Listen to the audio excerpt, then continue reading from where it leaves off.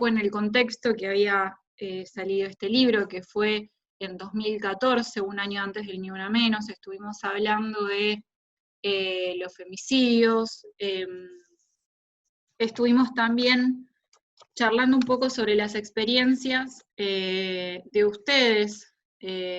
Algunas de ustedes me contaron un poco en qué momento habían tenido el primer acercamiento con algún femicidio, en qué contexto, cómo había influido en ustedes. Y bueno, hoy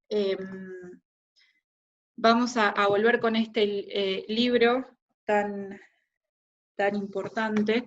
Y el eje que les voy a proponer hoy es el eje de la no ficción, que es el género a partir del que se enmarca este libro.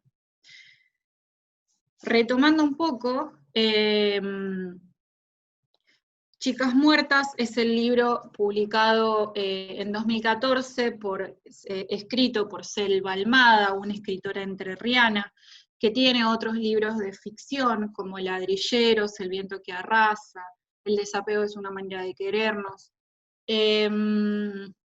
Este libro narra el asesinato de tres chicas, tres jóvenes, en los años 80, 3 asesinatos que quedaron impunes, cuando todavía no existía el término femicidio, ¿no? La vez pasada hablamos bastante de ese tema. Los 3 casos, uno es el de Andrea Dan. Me resulta a veces un poco difícil, imagino que entenderán un poco por qué y desde dónde lo digo, pero a veces me resulta difícil nombrarlas a ellas 3 como casos, o principalmente cuando pasa que utilizamos ciertos conceptos judiciales a la hora de hablar, como los conceptos que siempre un poco trato de pensar y repensar, que es el de víctima-victimario. En este caso estamos hablando de el asesinato, el femicidio de 3 mujeres, y sin embargo, para Selva no dejan de ser casos porque cada una de ellas también es un expediente en estos términos. Entonces, bueno, nada, vamos a ir problematizando esos conceptos. Por un lado tenemos a Andrea Dan, que es, Andrea murió de una puñalada en el corazón mientras dormía en su casa, un 16 de noviembre de 1986 en San José, Entre Ríos, un pueblo de 8 o 9 mil habitantes que quedaba a pocos kilómetros del pueblo donde nació Selva.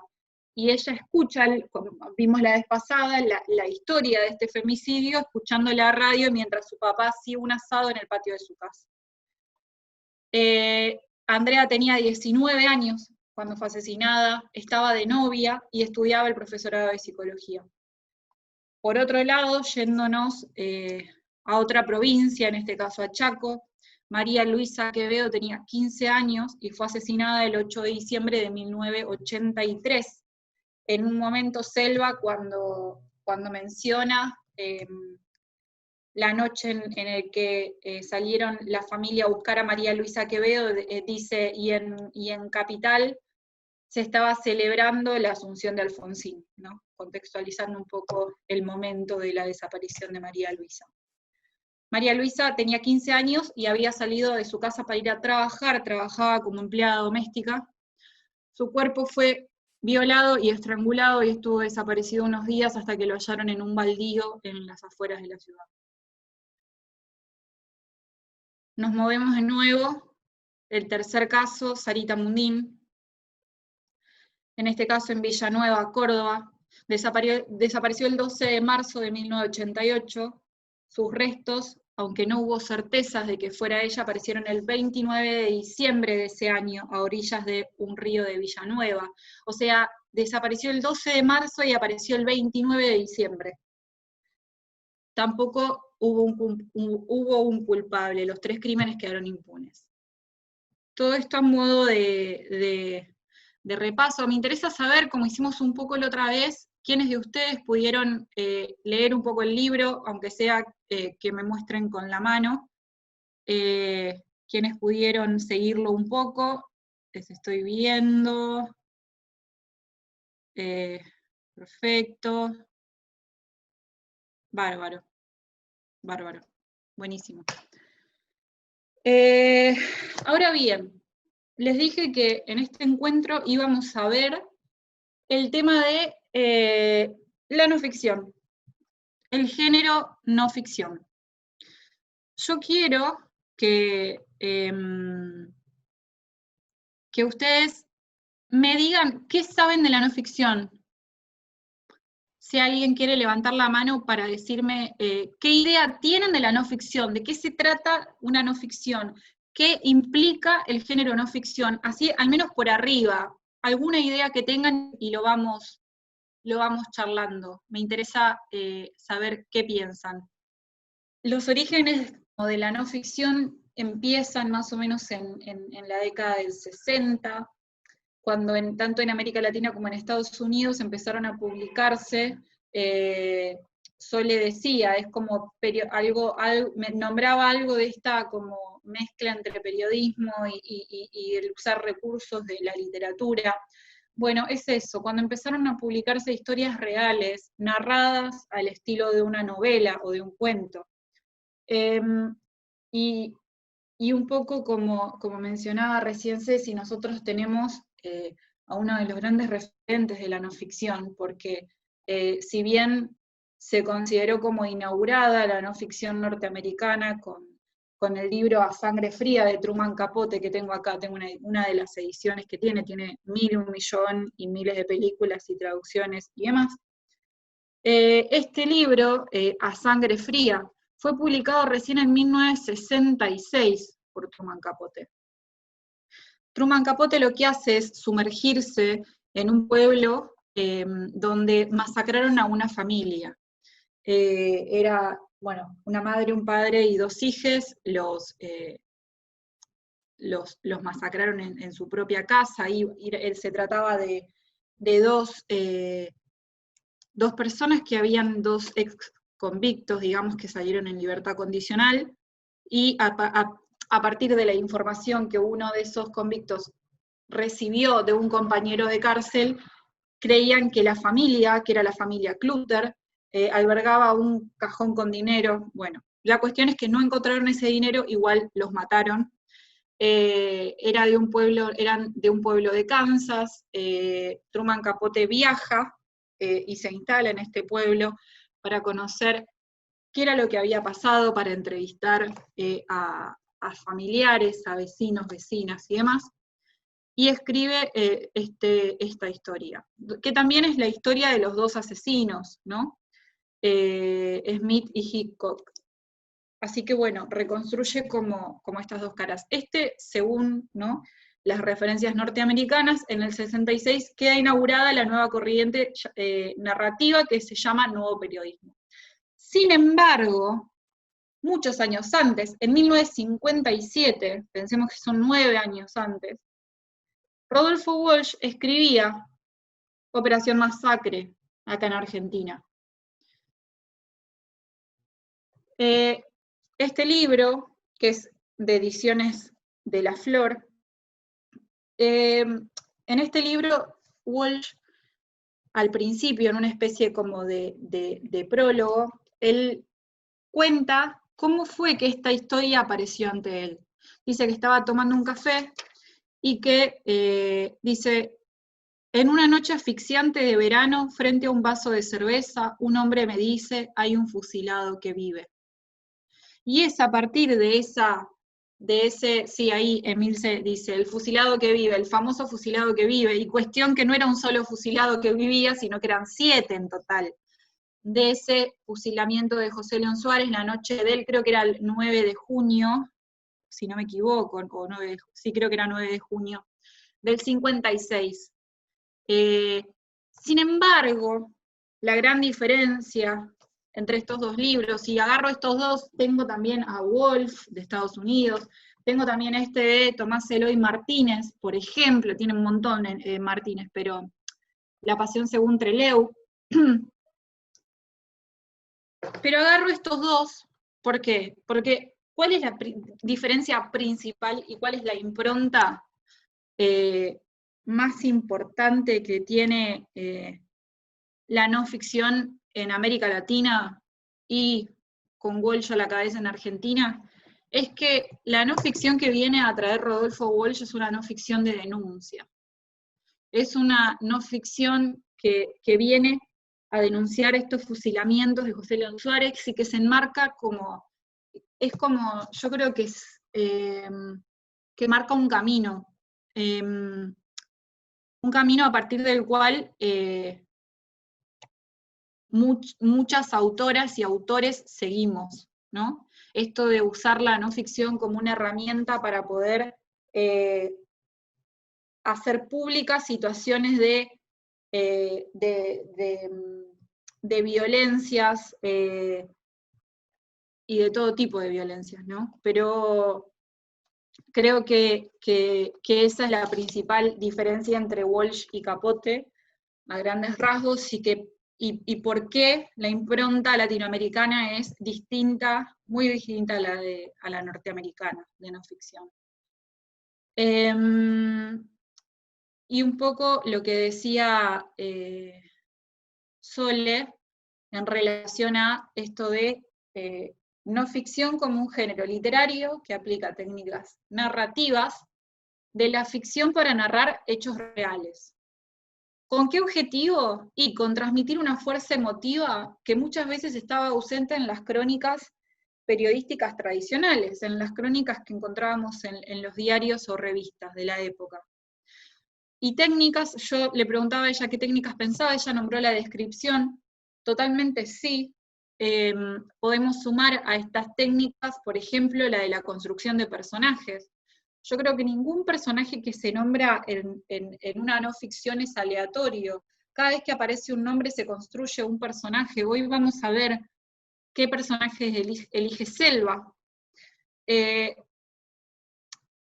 Y en esta construcción de personajes podemos aplicar técnicas que nos permitan estar en la piel de cada persona que habla y potenciar sus acentos, imaginar sus palabras, reproducir el relato, los diálogos, las sensaciones. También las no ficción pueden utilizar monólogos interiores, distintos puntos de vista, por ejemplo, la polifonía también, generar suspenso, las metáforas, la manipulación del orden temporal. Una narrativa de no ficción no necesariamente tiene que ser cronológica, como sucede en la gran mayoría de crónicas periodísticas. Entonces, bueno, estas así como en general, en relación a los orígenes de la no ficción. Y acá hay algo que es un poco clave en relación a esto que le preguntaba a Cecilia, cuál es la diferencia entre ficción y no ficción.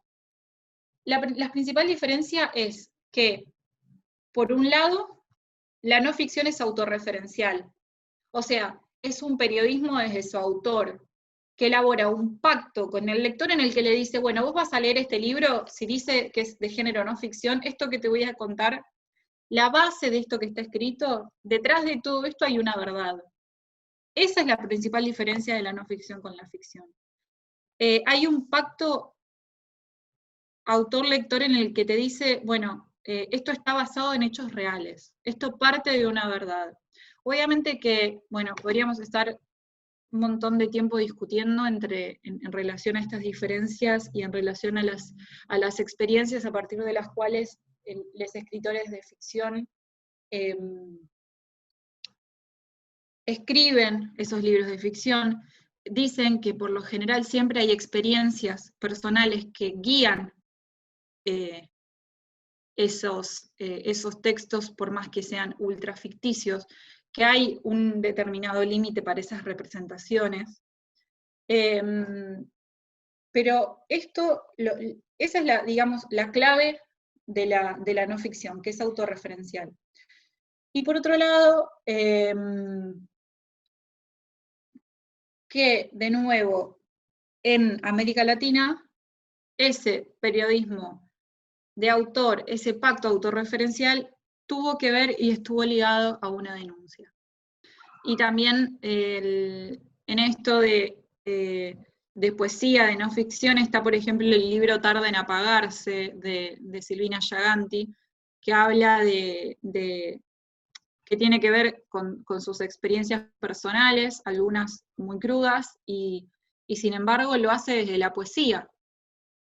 Para mí son muy, muy buenos estos libros, estos poemas que ella narra. O sea, y es un género que puede, digamos, que puede adaptarse a los distintos formatos y que claramente es transversal también en este sentido. Y en el libro Cuando me muera quiero que me toquen cumbia, está muy bueno, ahí también hay una denuncia. Claro. Sí. Sí. Porque bueno, nada, Alarcón se mete en ese territorio, habla de una muerte, habla de un duelo, describe rituales, ¿no?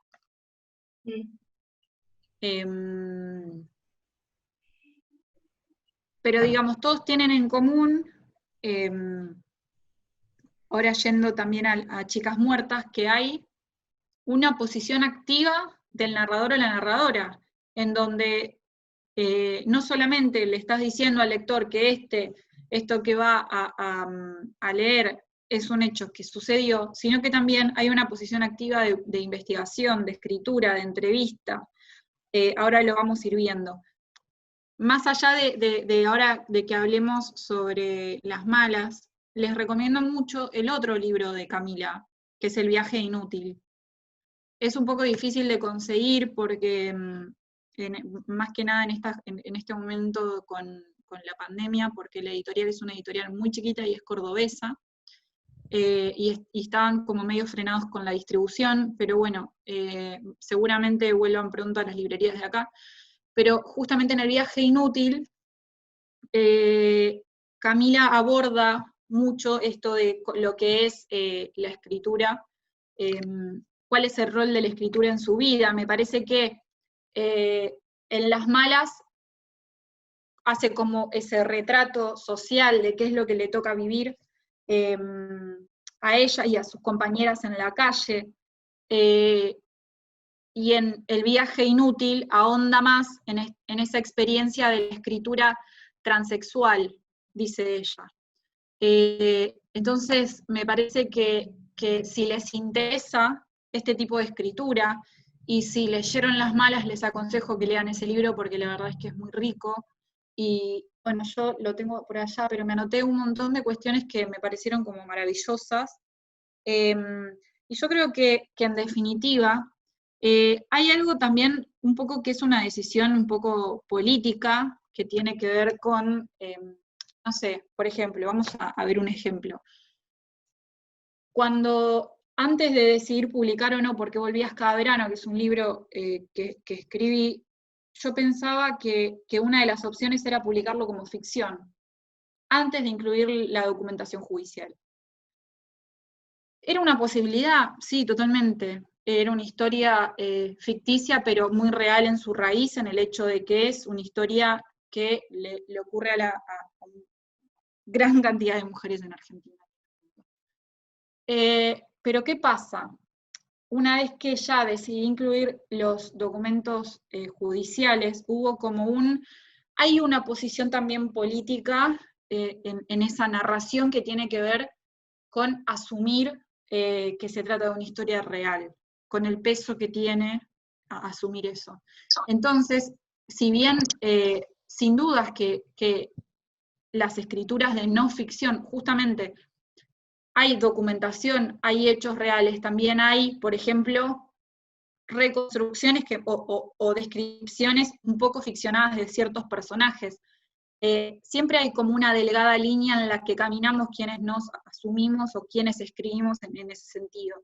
Sin embargo, mientras se respete, digamos, las premisas y mientras estas cuestiones literarias o ficcionales tengan que ver con generar mayor empatía, profundizar o dar cierta vuelta o cierto giro, yo creo que cuando Camila se refiere a que en definitiva no importa, ella muchas veces cuenta fragmentos de su vida que son reales en esa novela, también enfatiza otras cuestiones que por ahí no fueron tan así, y sin embargo, en definitiva, y por eso también creo que lo que ella hace es una apuesta, lo que viene a decir es, bueno, no importa el género, ella dice, bueno, sí, claramente tiene que ver con su historia, pero hay cuestiones que escapan y que van más allá.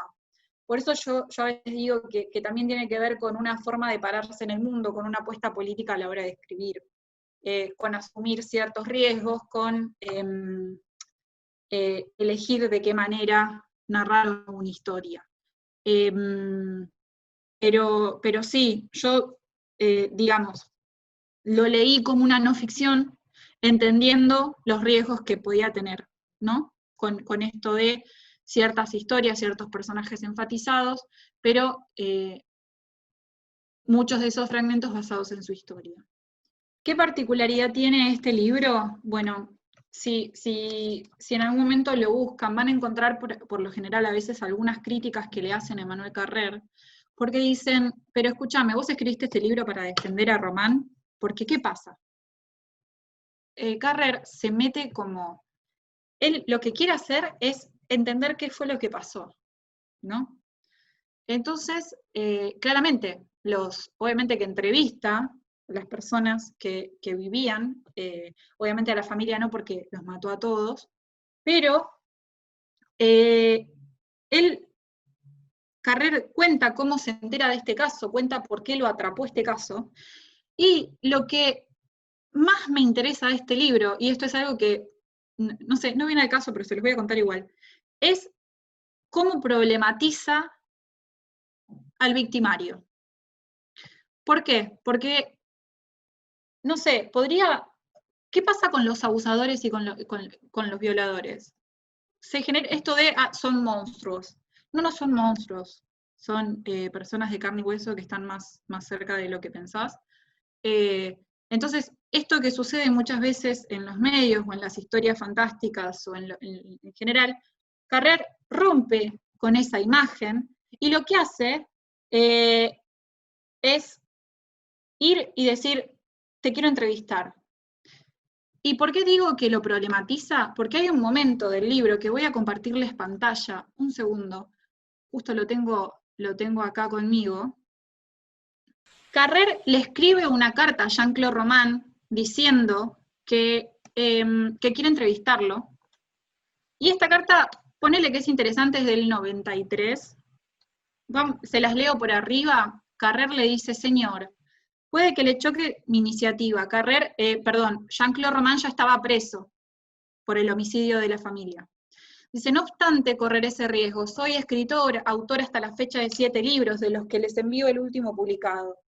La tragedia de la que usted ha sido causante y único superviviente me tiene obsesionado desde que la conocí por los periódicos. Quisiera, en la medida de lo posible, tratar de comprender lo que ha ocurrido y escribir un libro al respecto que, por supuesto, solo podría aparecer después de su proceso. Antes de acometerlo, necesito saber qué sentimiento le inspira este proyecto. Interés, hostilidad, indiferencia. Puede estar seguro de que en el segundo caso yo desistiría. En el primero, en cambio, confío en que acceda a contestar a mis cartas y quizás si está permitido a recibirme. Me gustaría que comprendiese que no me dirijo a usted movido por una curiosidad malsana o por el gusto del sensacionalismo. Lo que usted ha hecho no es, a mi entender, la obra de un criminal ordinario, ni tampoco la de un loco, sino la de un hombre empujado hasta el fondo por fuerzas que le superan, y son esas fuerzas terribles las que yo desearía mostrar en acción. Sea cual sea su reacción a esta carta, le deseo, señor, mucho valor y le ruego que crea en mí muy profunda compasión, Emmanuel Carrère. Esta carta se le envió el 30 de agosto de 1993. 2 años después le contesta el mismo Román desde la cárcel. ¿Y qué pasa con esta carta? Miren cómo habla Román, cómo, si quieren buscar notas después, de cómo lo mostraban en ese momento los periódicos de París a Román, y cómo aparece acá en esta carta que le contesta. Señor, no es la hostilidad ni la indiferencia a sus propuestas lo que explican un retraso tan largo en mi respuesta a su carta del 30 de agosto del 93. Mi abogado me había disuadido de que le escribiera mientras la instrucción estuviese en curso. Como acaba de concluir, tengo el ánimo más disponible y las ideas más claras. Después de 3 peritajes psiquiátricos y 250 horas de interrogatorio, para dar continuación posible a sus proyectos. Otra circunstancia fortuita me ha influido en gran manera. Acabo de leer su último libro, Una semana en la nieve, y me ha gustado mucho. Si sigue deseando conocerme con una voluntad común de comprensión de esta tragedia que para mí posee una actualidad cotidiana, tendría que enviar una solicitud de permiso de visita dirigida al fiscal de la República, acompañada de 2 fotos y una fotocopia de carnet de identidad. A la espera de leerle o de verle, le participo mis deseos de éxito para su libro y le ruego que crea, Señor, en mi agradecimiento por su compasión y en mi admiración por su talento de escritor. Hasta pronto quizás. Jean-Claude Román. Román quedó libre el año pasado, justamente, les cuento, para que sepan. Bueno, ¿qué pasa con este libro? Es lo que un poco les decía. Carrer lo deja hablar a Román. Es como si prendiera, si transcribieran las grabaciones. Y me parece como interesante esto de describirlo y de romper con ese como ideal homicida, ir más allá. Y no sé si queda una mano levantada, Mumi, ¿estás ahí? Bueno, voy a ir un poco voy a volver un poco al libro.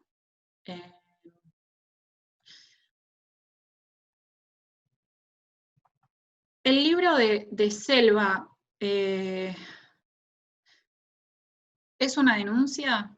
Yo pensaría que sí, pero estuve buscando alguna entrevista donde Selva hablara de esto, y le encontré, y les quiero mostrar alguna cosa que ella dice. Ella en un momento dice: en algún momento empecé a pensar que tenía que escribir, pero ya no desde la ficción. Que esas historias tenían que circular, tenían que conocerse, que era lo único que yo podía hacer para que no se perdiera la memoria de estas chicas asesinadas. En otro momento dice: cuando empecé a pensar en el libro, quería rescatar estos 3 casos.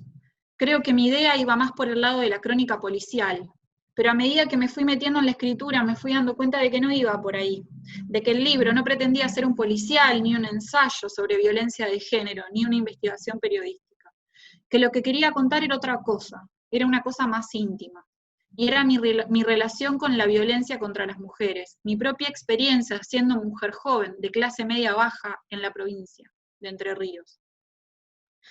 Entonces armé un proyecto y lo presenté al Fondo Nacional de las Artes y me dieron una beca para arrancar con el laburo de campo y esta beca se la dieron en 2010.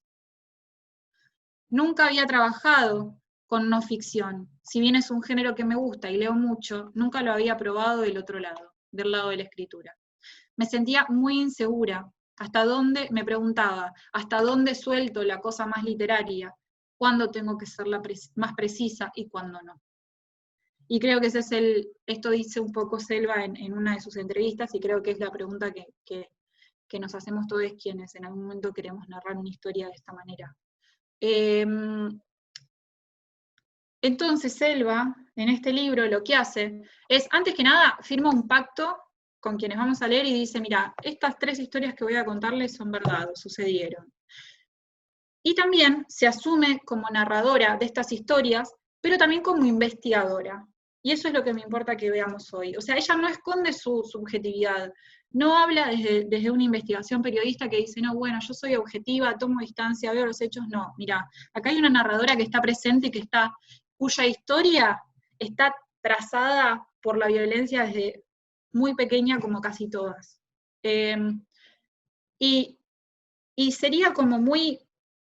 Y hay algo ahí como de la objetividad también periodística, como si, aunque Selva, ponele que Selva dice: bueno, estoy haciendo una investigación periodística recontra objetiva, y elige estos 3 casos. Yo te diría: no, Selva, ya la elección del caso es totalmente subjetiva y está trazada por tu historia personal, porque ella elige el caso de 3 historias de de mujeres jóvenes de los 80 que fueron asesinadas en sus provincias. Una de ellas muy cerca de su pueblo. Entonces, ella, cuando no esconde su subjetividad, pero sin embargo todo el tiempo trata de encontrar un equilibrio preciso entre las imágenes literarias y los hechos. Hay uno de estos ejemplos que me parece muy gracioso y que después se los voy a mostrar, pero es como que ella avanza con la investigación y con lo más duro en términos de información, de hechos, que por ejemplo puede ser el expediente judicial, las documentaciones, las entrevistas, los testimonios, y a la vez no pierde ese imaginario, esas imágenes poéticas del campo, no sé, hay un montón de imágenes que ella misma menciona en el libro. Y así va tejiendo la historia de ellas tres a medida que construye la suya en espejo. Y es como si en ese trazar estas historias de estas chicas muertas y de ella, hiciera como una doble denuncia, como una denuncia como en espejo. Porque, por un lado, denuncia la desaparición, denuncia los crímenes de estas chicas que quedaron impunes, pero a la vez denuncia la violencia que se teje alrededor de ella y que rodea la gran mayoría de las infancias de las mujeres en Argentina.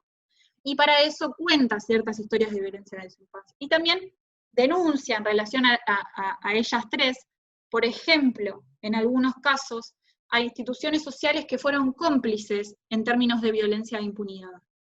Como por ejemplo en el caso de Sarita Mundino, ahora lo vamos a ver, hay una mención al Comité Radical, no sé si lo leyeron.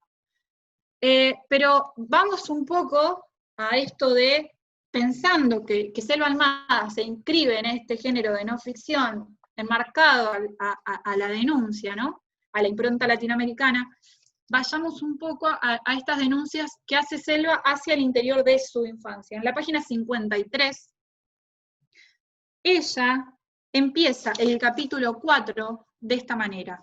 Ella dice: de chica, mi madre me contó en varias ocasiones la misma anécdota. Una de cuando recién se habían casado con mi padre. Ellos se casaron muy jóvenes, con 16 y 18 años, pues mi mamá estaba embarazada, un embarazo que perdió a los 6 meses. No habían tenido un noviazgo largo, así que no se conocían demasiado. Al poco tiempo de vivir juntos, mientras almorzaban, tuvieron una discusión, alguna tontería de adolescentes que se fue poniendo acalorada. Entonces mi padre levantó una de sus manos y le amagó una cachetada. Y mi madre, ni lerda ni perezosa, le clavó un tenedor en el brazo que él tenía apoyado en la mesa. Mi padre nunca más se hizo el guapo.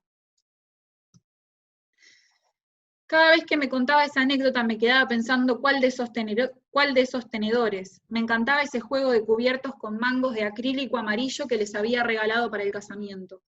¿Cuál de ellos habían probado la carne de mi padre? No recuerdo ninguna charla puntual sobre la violencia de género, ni que mi madre me haya advertido alguna vez específicamente sobre el tema. Pero el tema siempre estaba presente.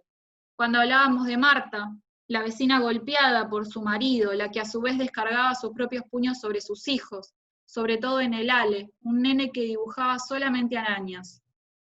Cuando hablábamos de Betty, la señora de la despensa que se colgó en el galponcito del fondo de su casa. Todo el barrio decía que el marido le pegaba y que le sabía pegar bien porque no se le veían las marcas. Nadie lo denunció nunca. Luego de su muerte se corrió la voz de que él la había matado y había tapado todo pasándolo por un suicidio. Podía ser. También podía ser que ella se hubiera ahorcado harta de la vida que tenía. Cuando hablábamos de la esposa del carnicero López, sus hijas iban a mi escuela. Ella lo denunció por violación. Hacía tiempo que además de golpearla la abusaba sexualmente. A mis 12 años, esa noticia me había impactado muchísimo. ¿Cómo podía ser que el marido la violara? Nunca nos dijeron que podía violarte tu marido, tu papá, tu hermano, tu primo, tu vecino, tu abuelo, tu maestro, un varón en el que depositaras toda tu confianza.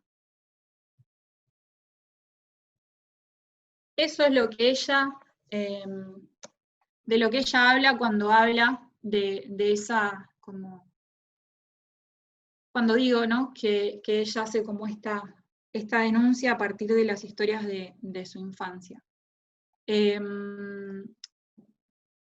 Después, en otro momento, ella habla de, yo digo, ¿no?, pienso que ella hace como esta denuncia a las instituciones sociales, a la complicidad de las instituciones sociales, principalmente cuando habla de Sarita Mundín, que es esta chica que salió con su amante, Daddy Olivera, que era Daddy Olivero, que era poderoso en el lugar donde vivían, en Córdoba. Y cuenta que Sarita era una chica muy pobre, que tenía un hijo, que quedó embarazada a los 15 años, que se prostituía, que había pasado por el Comité Radical. Bueno, les quería leer un poco para contarles cómo narra, digamos, a modo de denuncia, y Selva empareja la historia de Sarita, de la desaparición de Sarita, con una historia de su infancia, de una prostitución infantil común en los pueblos del interior del país. Selva dice: Sarita se casó embarazada a los 15 años. Mirta, la hermana, estaba repitiendo su historia, esperando un hijo de soltera a los 14. Al poco tiempo de que naciera Germán, el marido de Sarita empezó a exigirle que trajera plata a casa. Sarita se inició en la prostitución. En la ruta lo conoció a Daddy Olivera, que sería su primer cliente, luego su amante y protector y la última persona con la que la vieron. De girar en la ruta pasó a tener una cartera de clientes del Comité Radical. Ella y su amiga Miriam García eran militantes del partido, dos muchachas jóvenes y lindas que enseguida acapararon la atención de los señores mayores de buena posición social y doble discurso. Tal vez por su apariencia niñada y fresca tenía éxito entre los machos maduros, aunque con los radicales le iba bastante bien y contaba además con la protección de Olivero. Sarita no dejó de visitar un viejo cliente, un hombre también mayor, solo, que vivía en Oncativo, una ciudad a 64 kilómetros de Villa María, y que según Miriam García le ayudaba con dinero. Y ahora pasa su historia personal. Dice: José Bertoni, un tío solterón de mi madre, también tenía una mujer, la Chola, que lo visitaba a domicilio. José tenía un camión con caja volcadora y hacía viajes cortos transportando arena y piedra de una cantera de la zona. Vivía en una casa muy linda que había levantado él solo. Con mi primo íbamos siempre a jugar a su casa porque tenía un jardín muy grande, unas hamacas, y porque nos dejaba hacer lo que quisiéramos. Algunas tardes la veíamos llegar a la Chola con 3 o 4 hijos que tenían más o menos nuestra edad. Ellos dos se metían en la casa y nosotros nos quedábamos jugando. Sabíamos que por ninguna razón teníamos que entrar o llamarlos mientras estuvieran encerrados. Al rato, salían y tomaban mate y la Chola nos hacía la merienda. Entre sus hijos había una chica un poco más grande que yo. No recuerdo su nombre, sí que era bonita y que de la noche a la mañana se convirtió en una mujer pequeña de pechos grandes y caderas anchas, que se apretaban en sus vestidos todavía de nena. También en una de esas tardes, la que se encerró en la casa de José Bertoni fue ella. Mientras la Chola se quedó en el patio tomando mate y nosotros seguimos jugando como si nada pasara. Visitar a un hombre solo que a cambio ayuda con plata es una forma de prostitución que está naturalizada en los pueblos del interior, como la de la empleada doméstica que fuera del trabajo se encuentra con el marido de la patrona y esos encuentros le arriman unos pesos más al sueldo. Lo he visto en muchachas de mi familia cuando era chica. A la noche, desde la calle, se oye un bocinazo. Ella, que está esperando, agarra su cartera y sale. Nadie pregunta nada. Bueno, a esto digo, ¿no? Cuando ella construye la historia de la desaparición de las chicas en espejo con su propia historia. Y eso me parece como una estrategia narrativa, pensándolo en términos de escritura, que está muy buena.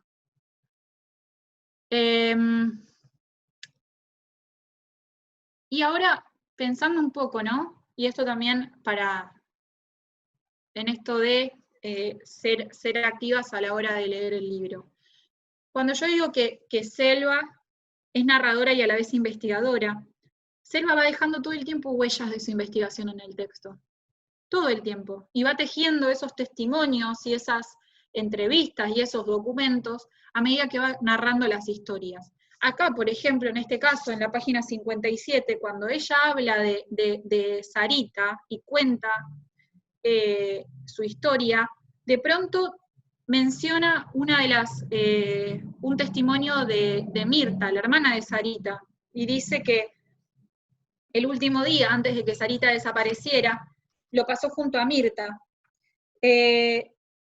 Y dice, como si Sarita supiera que sería la última vez que la vería, y quisiera dejarle una enseñanza para siempre. Tuvieron una charla que Mirta no olvidará jamás. Su hermana le dijo, nunca te dejes atropellar por nadie, vos tenés que hacerte valer. Nunca dejes que un tipo te ponga un dedo encima. Si te pegan una vez, te van a pegar siempre. Ese fragmento que aparece como al pasar, es una entrevista, parte de una entrevista que le hizo Selva a Mirta, la hermana. Entonces, por eso digo esto de ir viendo como si fuese las huellas de Selva en este texto que parece parece un devenir de una investigación, ir viendo en dónde aparecen estas marcas de su trabajo en estas entrevistas. Por ejemplo, en la página 65, ella entrevista a Tacho Zucco, que es un amigo de Andrea Dan, que fue encontrada con una puñalada en el corazón. Y ella viaja a Chajarí, que es donde vive Tacho, y lo entrevista. Pero antes de entrevistarlo, hace como todo este trabajo literario de describir la casa, de decir, vive en una casa que levantó con sus propias manos, una casa sencilla y acogedora, con grandes ventanales que dan al patio, por donde entra toda la luz de un domingo soleado. Y cuenta un poco qué une a Tacho con Andrea. Dice, un par de años antes del asesinato, Tacho se mudó a San José, donde abrió una disquería y conoció a Andrea y a la hermana y un grupo de amigos de las chicas. El local atrajo enseguida a la juventud sanjosecina y alarmó a los adultos. Tacho era forastero que traía esos cassettes de rock y en su negocio se juntaban los adolescentes a fumar droga. Tacho se sorprende cuando le digo que su nombre se repite seguido en el expediente. Es que entre las cosas de Andrea encontraron algunas cartas que él le había mandado. ¿Qué pasa? Acá aparece el expediente de Andrea. Selva no solamente nos dice que ella viaja y entrevista, sino que también trabaja a partir del expediente judicial de los casos. Y más puntual todavía, en la página 69, Selva decide poner un fragmento completo del expediente en relación al asesinato de Andrea. Y dice, en el expediente, estos detalles son descritos de la siguiente manera. Sobre una cama de madera de unos 90 centímetros de largo por 90 de ancho y 50 de alto, la cual está ubicada sobre la pared del lado este de la pieza, con la cabecera para el lado de la pared del lado sur y contra ambas paredes, se encuentra el cuerpo de la señorita María Andrea Dan, en posición de boca arriba, con la cara ligeramente inclinada hacia la derecha, reposando sobre la almohada, con mucha sangre sobre su pecho, sábana, colchón, parte de la camisa, es decir, el resorte del lado derecho, y un charco de sangre en el piso. Al costado derecho de la cama, la misma se encuentra sin vida, tapada hasta la cintura con una sábana y un acolchado, con ambas manos sobre el vientre, estando vestida con una musculosa color rojo, manchada con su sangre, y una bikini. Debajo de la cama se observa una sandalia de cuero color marrón, y al costado de la cama, sucia con sangre, la compañera del par, presumiblemente las que tenía puesta la infortunada. En la cama no se observan prendas de la misma desordenadas, es decir, que no hay signos de violencia, los cabellos de la muerta están arreglados. Eso en relación al expediente que Selva copia en este fragmento del libro. Y hay un momento donde Selva quiere averiguar más sobre María Luisa Quevedo, que es esta chica que vive en Sáenz Peña, en Chaco. Entonces lo que hace es investigar y entrevistar a Yogi Quevedo, que es su hermano. Y Selva cuenta este momento en donde quiere viajar para poder entrevistarlo, y sin embargo, lo primero que narra es cuando Yogi la deja plantada. Habían quedado en que iban a tener una charla, en que iban a hablar sobre el caso, sobre la historia de su hermana, y Selva va hasta Sáenz Peña y Yogi no le atiende el teléfono. En una entrevista que le hacen a Selva, ella cuenta por qué decide como contar esta parte de la historia, por qué no sencillamente contó lo que finalmente, la charla que finalmente tuvo con Yogi. Y dice, Almada revela que en un momento se preguntó si debía contar o no que Yogi Quevedo, hermano de María Luisa, la dejó plantada en la primera cita. Después decidí que sí, que era parte del personaje. Me fui dando cuenta de que el testigo tenía que ser también un personaje. En la ficción hay personajes y tienen que funcionar, y en este libro tenía que poner aquellos testimonios que funcionaran. Personas que generen empatía o no, pero que provoquen algo en el lector. Alguien que no aporta demasiado no sirve más que para acumular testimonios que no dicen nada novedoso. Hay gente que tiene ganas de participar, pero después no tiene realmente algo distinto que aportar. Yogi Quevedo era absolutamente un personaje. ¿En qué términos aparece también Quevedo como un personaje? En el sentido de que hay algo que sucede también a lo largo del texto de este libro. La página es la 70. Hay algo que sucede también en este libro, que es que todo el tiempo Selva está tratando, es como que a la par de contar las historias, trata de poder entender quién es el culpable, o por qué los crímenes quedaron impunes. Entonces, por ejemplo, cuando va a entrevistar a Tacho Zucco, el amigo de Andrea, le pregunta si había tenido una relación amorosa. Después Selva va a ir a entrevistar al novio de Andrea, también, al novio de Andrea de ese momento. Y después también le van a decir que en verdad el sospechoso era un vecino. Era como que todo el tiempo aparece esta investigación como si ella misma no solamente investigara para hablar de ella, sino que también investigara para saber cuál es la verdad, como si pudiera también ser una detective en esa instancia. Entonces ella, lo de Yogi me parece que está bueno en estos términos en los que ella dice, la primera vez, en la página 70, la primera vez que hablé con Yogi Quevedo, el hermano que vivía con María Luisa cuando la asesinaron, lo hice desde Buenos Aires. Una periodista de Sáenz Peña me había pasado su número de teléfono celular. La comunicación era mala y se entrecortaba cada rato. Salí al patio a ver si la cosa mejoraba un poco, pero no lo suficiente. Le pedí que él también saliera y entonces sí pudimos hablar. Yogi no estaba en el patio sino en la vereda, la señal era pareja. Pero ahora la interrupción venía porque a cada rato alguien saludaba a mi interlocutor y él respondía. Es que acá me conoce todo el mundo, me dijo. Pasaron unos pocos meses hasta que pude viajar al Chaco para entrevistarlo. Tengo familiares en Villa Ángela, una ciudad a 100 kilómetros de Sáenz Peña. En la misma casa en la que voy a hospedarme, un par de años atrás leí el artículo del diario que me llevó a María Luisa. Apenas me instalo lo llamo y quedamos para el día siguiente. Sus indicaciones me llaman la atención, pero las acepto. Cuando esté llegando en el micro que me llevará a Sáenz Peña por la tarde, debo enviarle un mensaje de texto y él me indicará dónde nos encontraremos. Le mando el primer mensaje cuando el colectivo atraviese el arco de hierro con la leyenda Ciudad Termal Bienvenidos. El segundo entrando en la terminal de ómnibus, desciendo en un andén donde un montón de gente espera el coche que lo lleve a destino y otra cantidad los recién llegados. Como la mayoría de las terminales de provincia está sucia y descuidada. Busco entre los hombres que esperan pasajeros a ver si puedo reconocer a Yogi, aunque nunca vi una foto suya. Nada. Todos los que esperan con las caras ansiosas van dibujando sonrisas a medida que abrazan y se ofrecen a ayudar con los bolsos y las valijas. El andén va quedando vacío y yo me quedo cerca del micro. Por las dudas, hasta que el valijero cierre la bodega y el vehículo retrocede, dejando la dársena libre para el próximo coche.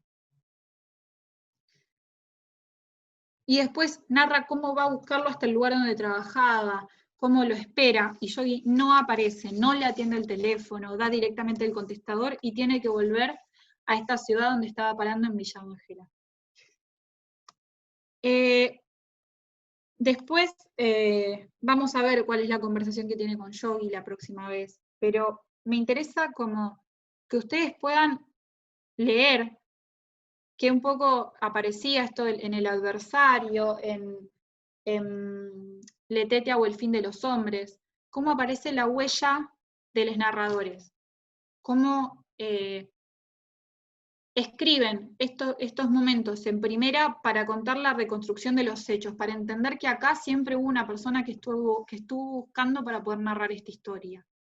Y acá hay un momento cuando yo digo esto del cruce entre literatura y periodismo, que es esto de, por ahí esto en una nota periodística no importa, pero ella en un momento dice, me acuerdo de una conversación que tuve con un amigo en Resistencia el mismo día que fui a los archivos del Diario Norte. Esto está en la página 76. Va a los archivos del Diario Norte a consultar los artículos sobre el crimen de María Elisa Quevedo. Ese día fuimos a almorzar una milanesa de surubí. ¿Quién carajo le importa que almorzaba Selva con el tipo del Diario Norte? Porque a lo que voy con esto es que estos detalles son los que generan verosimilitud y en definitiva construyen el relato. Y que tienen que ver también con esto de esta mezcla entre literatura y periodismo, de decir, bueno, hasta dónde ciertas descripciones o detalles, porque yo estaba en medio de esta investigación, como de pronto la milanesa de surubí, como un nivel de detalle que nada, que me parece como, nada, es un buen ejemplo de estas descripciones. Bueno, ahora podemos ir cerrando, pero la que viene o la otra, tengo ganas de seguirles leyendo, si quienes no escribieron y tienen ganas de seguir escribiendo, lo vamos leyendo en los próximos encuentros, ¿les parece? Y gracias, Sole, Ana, Leonardo, por lo que compartieron, la verdad es que me encantó, me parece que más que taller de lectura tendría que ser de escritura, chicos. Muy buenos sus textos, la verdad que muy. Estén atentos porque así como como Selva aplicó a la beca del Fondo Nacional de las Artes, hay un montón de concursos dando vueltas. Ahora mismo hay uno de cuentos, que no lo recuerdo bien, pero que hay tiempo hasta julio, pero todo el tiempo aparecen, porque me parece que por lo menos en los 3 que mostraron hoy, hay como una historia ahí para narrar. Así que bueno, nos vemos la semana que viene, ¿sí? Gracias. Gracias por participar y por la escucha atenta. Un beso grande para todos.